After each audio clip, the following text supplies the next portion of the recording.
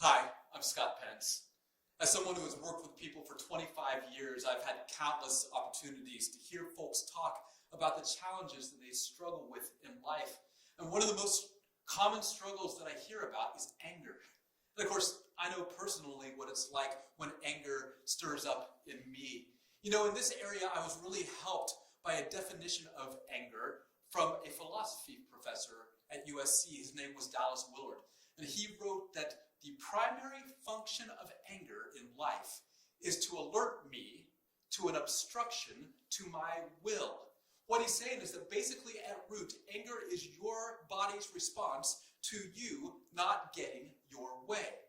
And at first, the angry feeling is not necessarily right or wrong. It's just an alert that I'm not getting what I want. And sometimes what you want is right. Someone has mistreated you, or someone you love has been hurt, or there's some kind of injustice that needs to be addressed, and your initial angry feeling may very well be justified. Of course, all of us know that not everything that we want is good or right. There are all kinds of more selfish reasons that we can be angry, whether it's a desire for power in a situation, or control over other people, or jealousy that someone else got the job that we wanted. I mean, you can make your own list. But even then, the initial feeling isn't wrong. It's just an alert that you are not getting what you want. But wow, we all know that what we do with that initial feeling very often can be wrong and even destructive. You've probably been on the receiving end of that, and you know what that's like. But you are probably watching this because you have been the one expressing anger in ways that are hurting your situation, hurting others, even hurting yourself. Now, I don't know how you feel about the Bible, but just hear me out for a minute. Even if you don't think that the Bible is any kind of word from God, part of it is a record of ancient wisdom. Wise and insightful people took time to observe life and to draw some pretty helpful conclusions. The book of Proverbs was actually put together to help kings rule wisely, and Proverbs has some insights about anger. See if it helps. First off, this book of wisdom wants you to have a sober self-awareness, an awareness that acting in anger comes with all kinds of negative consequences for you. For sure, your anger hurts other people, but these wise teachers want you to be realistic about what your anger is costing you. And so let's be self-aware enough to name some of these costs. First up, your anger is costing you socially. The Proverbs say, a quick-tempered person does foolish things, and the one who devises evil schemes is hated. It says they're hated. There are social consequences to anger, whether you're the kind of person that flies off the handle or whether you kind of just keep it on a steady, hot simmer. People stop wanting to be around you when you're living angry, and it can get isolating for you and lonely for you, and you end up losing out on some of the good things that come with a good reputation and a good relational network. Acting in anger has real social consequences, and it's just good to have a sober self-awareness of that cost. Next, you make bad decisions when you're mad.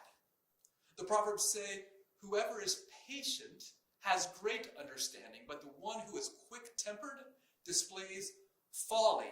Now, both of these proverbs have mentioned folly or foolishness, and over again, the ancient wisdom connects anger with foolishness. Now, I'll be honest, foolish is not a word we use a lot today, but what it is talking about is bad decisions. And one way to make really poor decisions is to feed your anger and to act in anger. Because in the moment, of course, you're convinced that you are right and that you are justified, but the holes that you keep digging for yourself and for your life with your choices are actually telling you the truth. And the Proverbs just want us to be realistic. Anger is getting in the way of good decision making, and bad decisions are a consistent cost of living angry. But perhaps the most surprising consequence is that acting in anger actually weakens you. And specifically, it weakens your prospects going forward. The Proverbs use two ancient military metaphors to talk about this. First, it says, better to be slow to anger than to be a mighty warrior. And the one who controls his temper is better than the one who captures a city.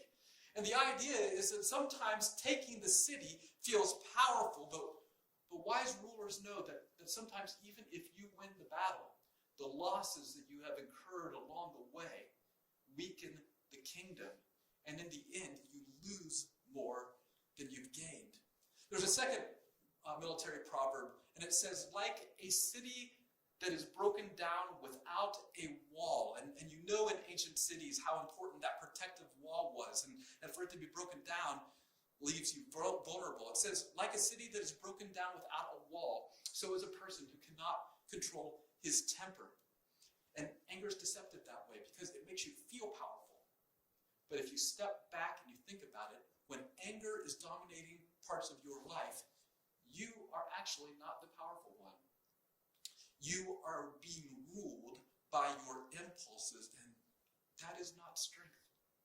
That is weakness. And you might feel powerful, but you are actually undermining yourself. You are leaving yourself vulnerable. You are setting yourself up to lose long term, even if you feel powerful in the moment. And so these ancient words of wisdom are trying to bring us to a sober self-awareness. Your anger is costing you. There is a social cost. There is a cost in poor decision-making.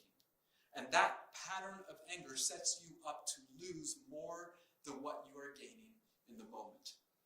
And it's healthy to be aware and to take stock of where you are so that you can move forward from there.